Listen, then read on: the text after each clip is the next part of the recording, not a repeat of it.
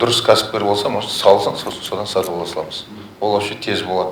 Сол себептен алдағы созбай где-то май айына дейін бітіру керек, жақсы ма? Соны 1 майда бірлік күнінде беретін болады. Соған жұмыс жаса. Айтылғасын істелу керек, жақсы ма? Шұғыл түрде ақылдасыңыздар. Үй біткеннен кейін кімге беру керек, қалай беру керек, оны өздеріңіз осы комиссия құрып, ертең жүйтіп әңгіме болмас үшін кім Шахмардан Асқарұлы бастап, Мира Жомартқызы бар, сол жердегі мекеменің басшылары бар, өздерінде филармония бар, басқа да деген сияқты жердегі мәдениет үйлері бар, облыста қалалық барлықтарыңыз ақылдасып комиссия құрып шешесіздер. Жақсы ма?